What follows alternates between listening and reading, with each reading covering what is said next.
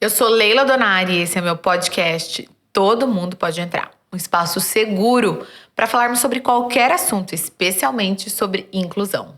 Portanto, seja bem-vindo. Aqui, todo mundo pode entrar.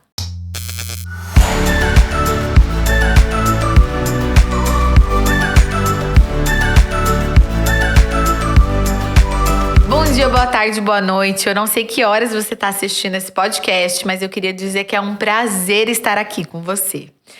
Vou começar este momento pela minha audiodescrição. Eu sou uma mulher branca, 1,60 de altura, cabelos pretos, longos, lisos. Hoje eu tô usando um brinco bege comprido, tô usando uma camisa de manga curta verde.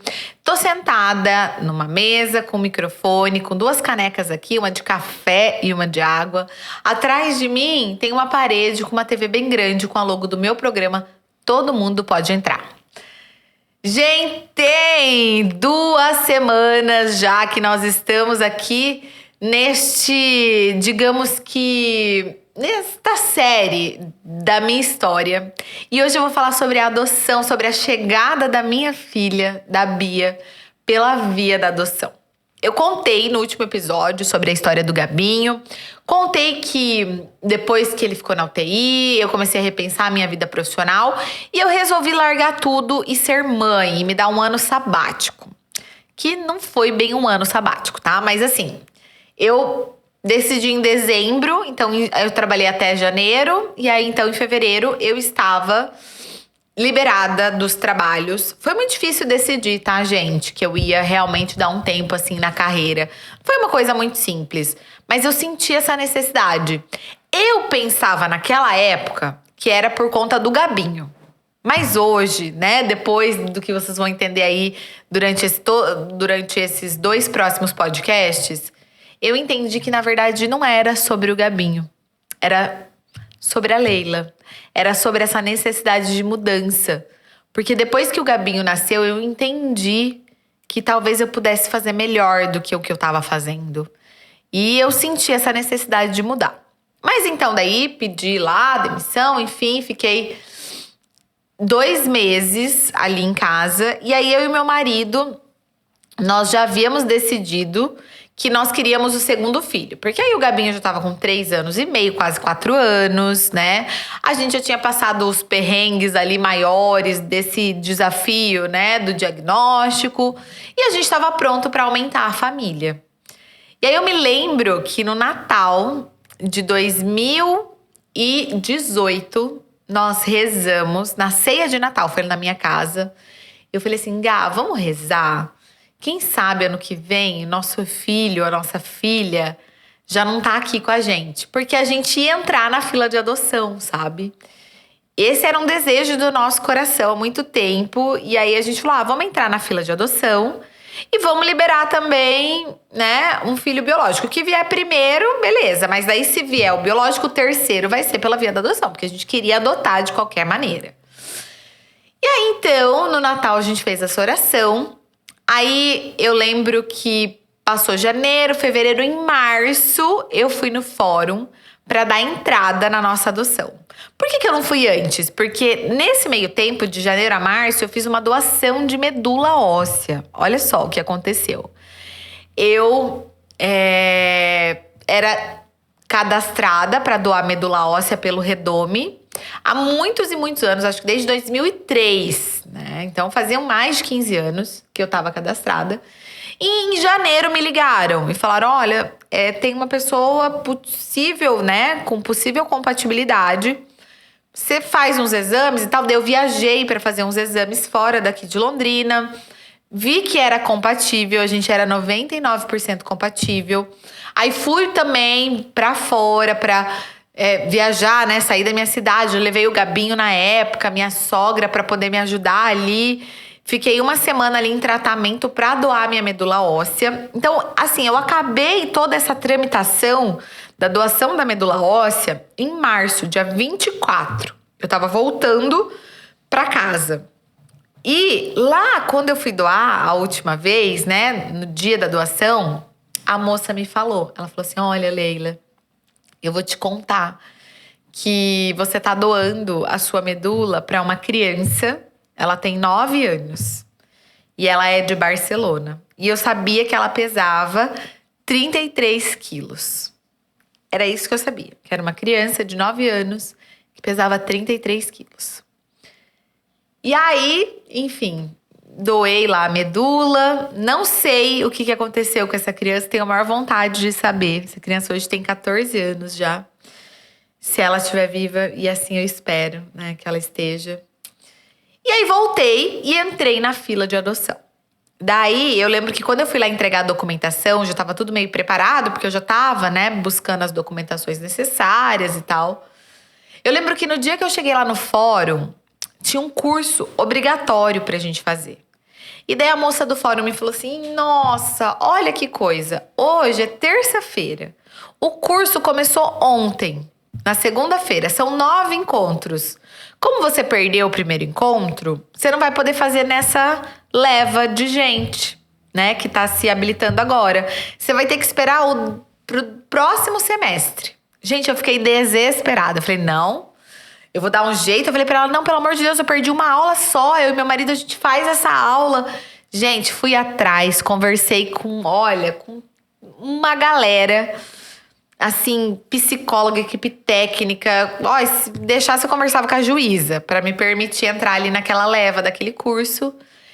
E no dia seguinte me ligaram e falaram: ó, Leila, infelizmente vocês não vão poder fazer esse curso porque já começou e vocês perderam essa aula e tem que ter 100% de frequência. Então, assim, infelizmente não vai dar. E naquela época era tudo presencial, né, gente? Não tinha pandemia ainda, né? As coisas online não funcionavam como funcionam hoje. Eu fiquei arrasada. Falei, nossa, minha filha não vai chegar até o Natal. Então, assim, ok, né? Falei, Gabriel, desiste dessa história de filho até o Natal. Porque, assim, se a gente tivesse feito o curso, talvez pudesse ser possível que a nossa filha chegasse, né? Até o Natal, porque a gente sabia que queria uma criança mais velha, né? Mas a gente não fez, esquece. Vida que segue. E aí nos chamaram para fazer o curso em julho, agosto, né? E aí a gente fez o curso. Nessa época ali que eu tava em casa, nesse ano sabático ali, o que eu comecei a fazer, gente? Eu comecei a gravar videozinhos com o Gabinho. Eu só tinha o Gabinho nessa época, né? Tava ali no processo da fila de adoção. Eu falei, filho, vamos gravar vídeos falando sobre preconceito, sobre capacitismo. E aí eu gravava videozinhos contando algumas histórias que a gente vivia.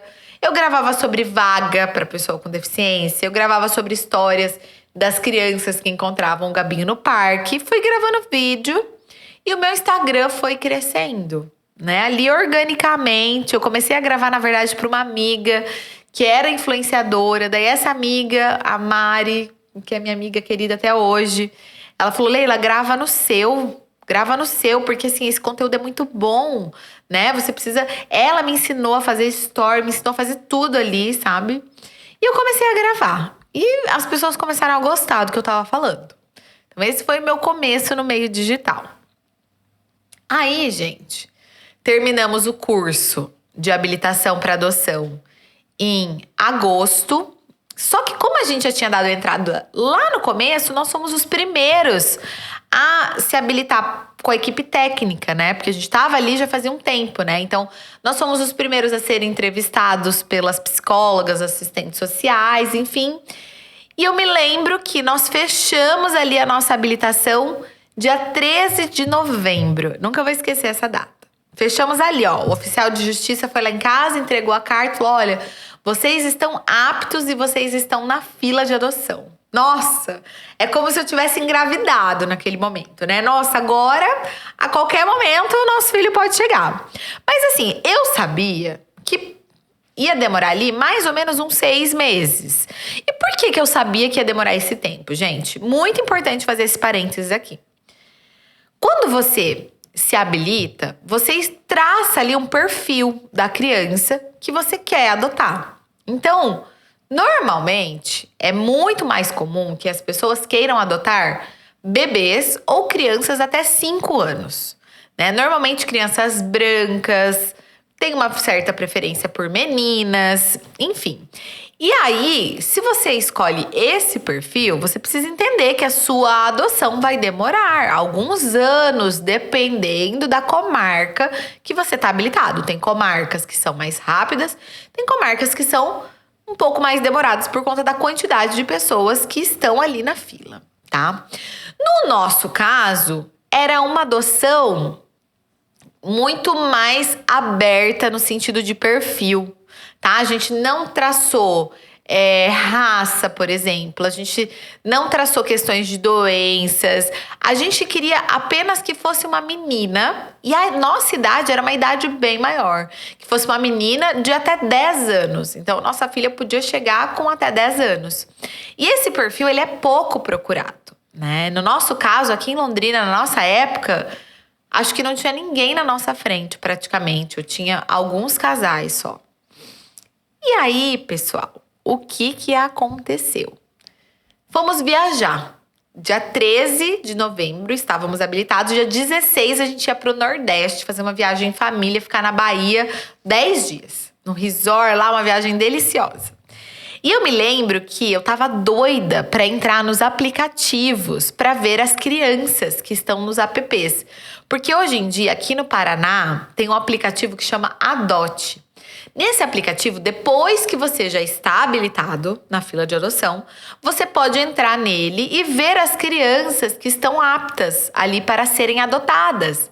E de repente dar match ali com alguma criança. Eu tava doida para entrar nesse app e por algum motivo, Deus sabe de todas as coisas, eu não consegui entrar. O meu número lá do registro que você precisa não tava dando certo. E eu falei pro Gabriel, vamos viajar? Na volta da viagem, eu vou lá no fórum e aí eu vejo certinho o meu número para eu entrar no aplicativo Adote. Quem sabe o nosso filho não tá aí no Adote. E aí a gente foi pra viagem. Estamos lá na viagem, curtimos a viagem. Na sexta-feira, eu ia embora na terça. Meu telefone tocou, eu não atendi e era um número desconhecido. Passou sexta, passou sábado, passou domingo. Na segunda-feira, logo depois do almoço, meu telefone toca. A gente ia embora na terça-feira de madrugada. Era do Fórum de Londrina. Eu me lembro como se fosse hoje, a Laura. Hoje ela virou minha amiga, assim, sabe? Ela ligou uma voz suave e falou assim: Oi, Leila, tudo bem? Aqui é do Fórum de Londrina. Gente, meu coração nem acelerou, porque eu pensei, alguma coisa referente ao meu processo de habilitação, né? Não deve ser nada além disso. Eu falei, oi, Laura, tudo bem? Dela, eu queria saber se vocês poderiam, você e o Gabriel, vir até o fórum essa semana. Eu falei assim, podemos, mas por quê? Né? Que você precisa que a gente vá? Alguma coisa da nossa habilitação? Deu alguma coisa errado? Enfim. Ela, não, tá tudo certo. Pelo contrário, a gente queria que vocês viessem aqui porque tem uma menina pra vocês. Gente, choro. Na hora que ela falou isso no telefone, eu falei, meu Deus, a minha filha! Daí ela, né? Porque assim, eu ia lá conhecer a história, né? Ela não podia falar, sua filha tá aqui, né? Daí ela falou, eu quero te apresentar a história, né? De uma menina, pra ver se vocês topam seguir com a adoção. Gente do céu, acabou a viagem pra mim, né? Eu falei, meu Deus, falei pra ela, amanhã, eu posso ir amanhã? Falei, eu tô na Bahia, hoje eu não consigo, mas assim, amanhã eu vou chegar meio-dia, eu preciso ir aí à tarde. Dá um jeito de me atender à tarde, pelo amor de Deus. Daí ela falou, não, tudo bem, vocês podem vir à tarde. Gente, ali eu já sabia que era nossa filha, que tava lá e, assim, não me importava nada, assim. Como ela era, falei, cara, não preciso saber nada, é a minha filha e ponto final. E aí a gente foi no dia seguinte no fórum, né? E aí ela contou, né, toda a história de vida da Bia. Eu costumo dizer que nenhuma criança vai pra fila de adoção porque era muito feliz na família de origem, né? Então a Bia, ela foi destituída do poder familiar por alguns motivos. E eu sempre falo que eu não falo nada da vida da Bia antes dela ter nascido para nós, né? A partir do momento que ela nasce na nossa vida, essa história é nossa. A história de antes é a história dela, da vida dela. E ela conta essa história para quem ela quiser. E muitas pessoas são curiosas e perguntam: mas por que ela foi para fila de adoção? E aí eu não falo sobre isso. Você sabe que nenhuma criança vai para fila de adoção porque era feliz na família de origem. É o que eu sempre respondo, porque esse é um direito da minha filha. Ela vai contar a história dela para quem ela quiser contar um dia, se ela quiser contar. Gente, aí a gente foi lá e aí a Laura falou, né, da história de vida da Bia.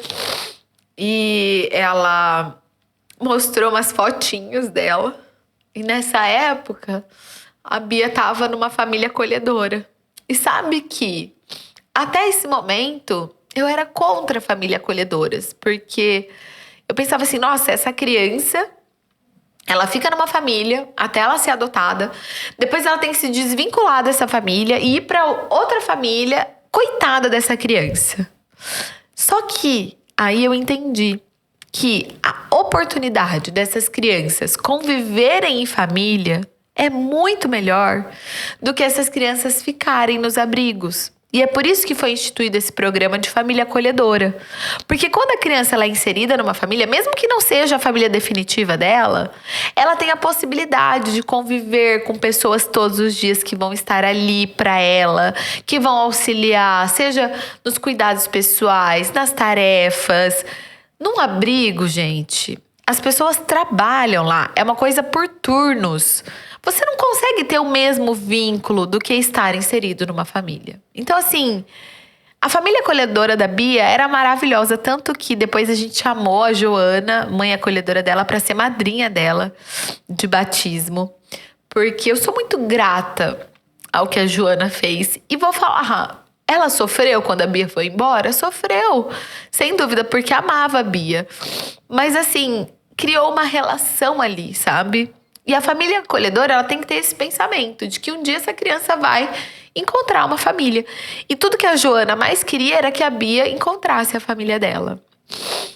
E aí, quando a Laura terminou, né, de mostrar as fotinhos da Bia, ela pegou e falou, então, agora eu vou precisar que vocês, né, vão embora, vão pra casa, vão refletir sobre tudo isso que eu coloquei aqui, né?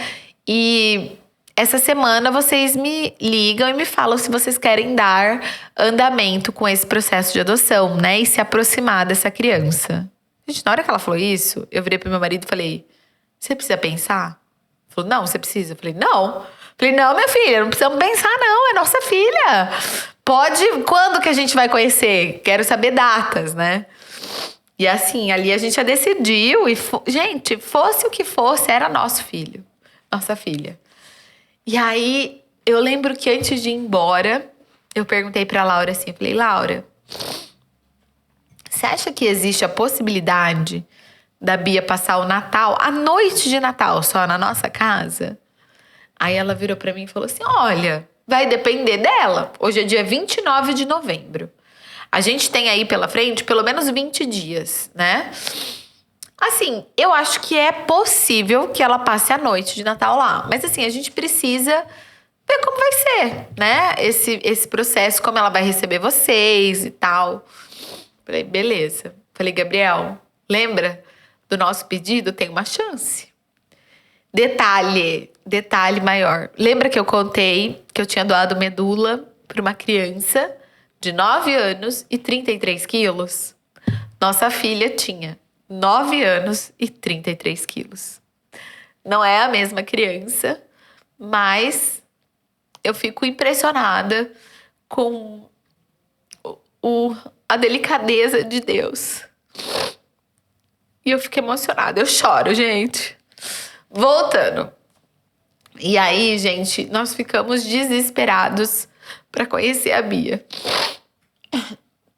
E aí, nosso primeiro encontro foi o seguinte, ela tava numa família acolhedora, ela é super esperta, então não adiantava enganar ela, sabe? Tipo assim, olha, porque normalmente não conta pra criança, né? Que, olha, aqueles dois lá, eles estão indo pra te conhecer porque eles querem te adotar. A criança não fica sabendo. Mas no caso da Bia, era muito difícil. Ela era muito esperta. Ela já queria ser adotada.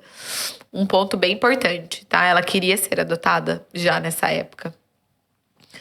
E então, assim, ela ia conhecer duas pessoas ali, ela já ia saber, né? Então, daí eles contaram pra ela, falaram: Bia, tem um casal que você vai conhecer, né? Eles querem ser seus pais.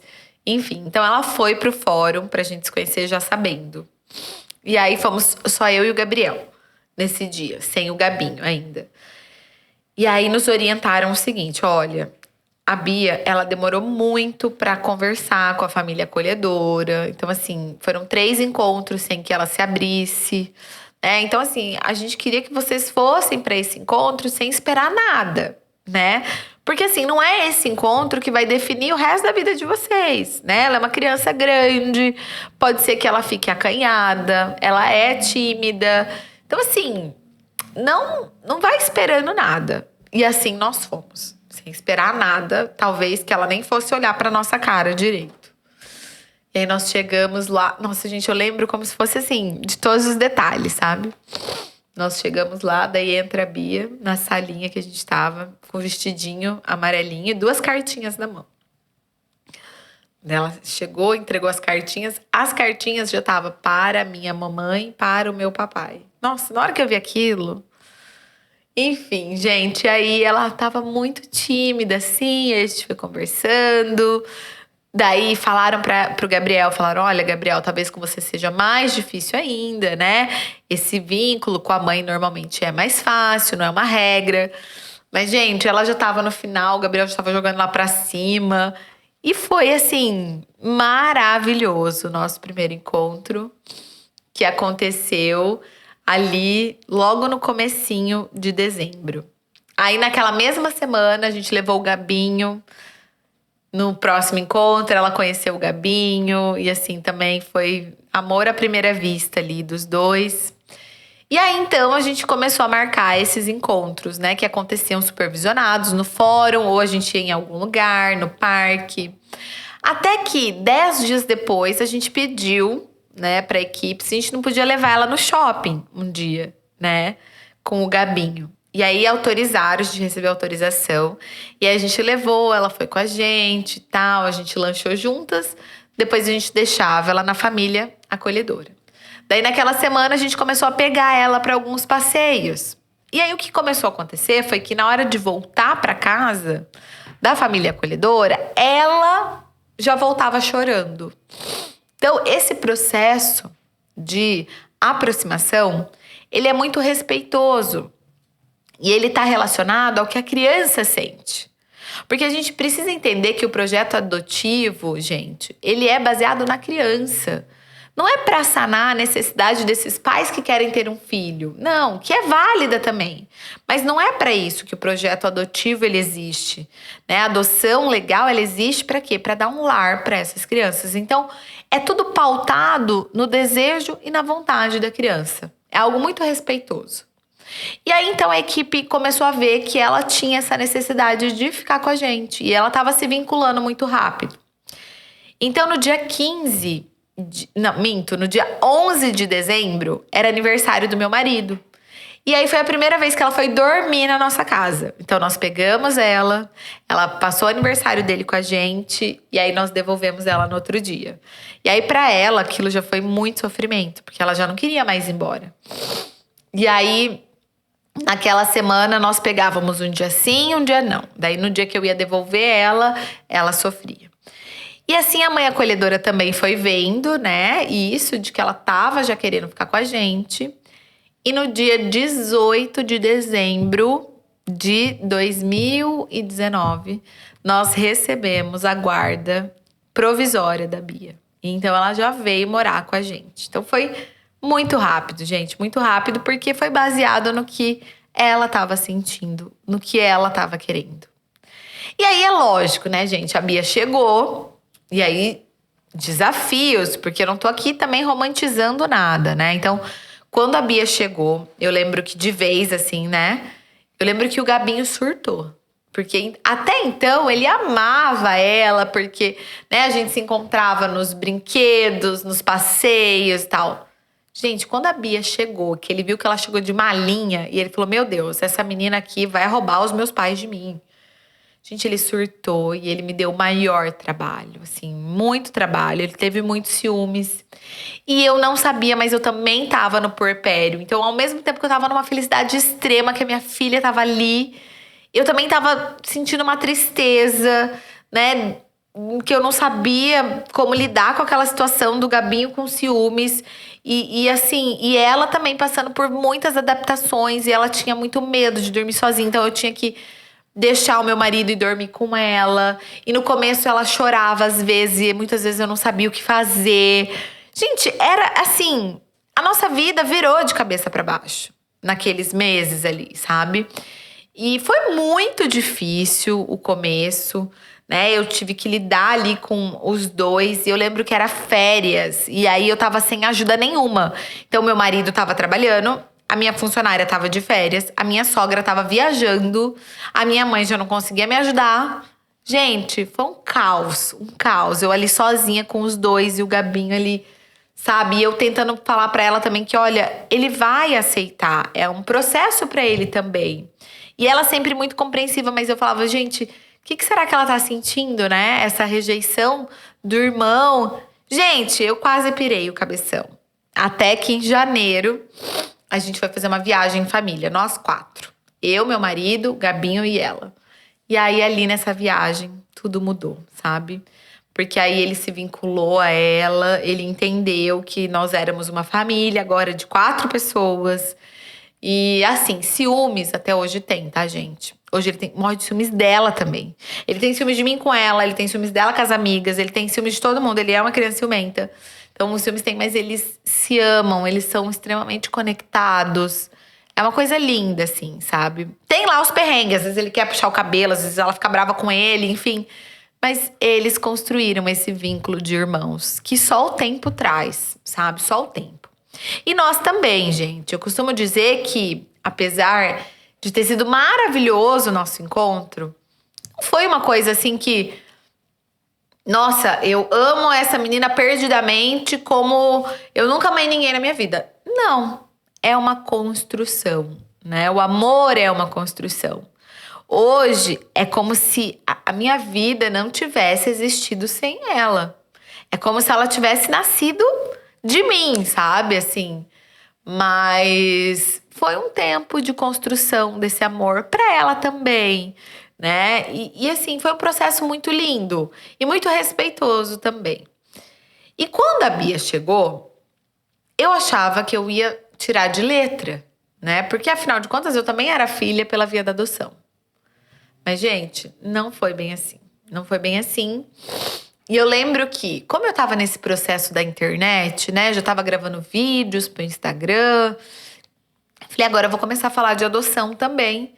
Então eu vou dar uma estudada em adoção, porque eu tô vendo que eu não manjo tanto assim quanto eu pensei que eu manjaria. E eu fui fazer um curso para ser doula de adoção. Nesse curso,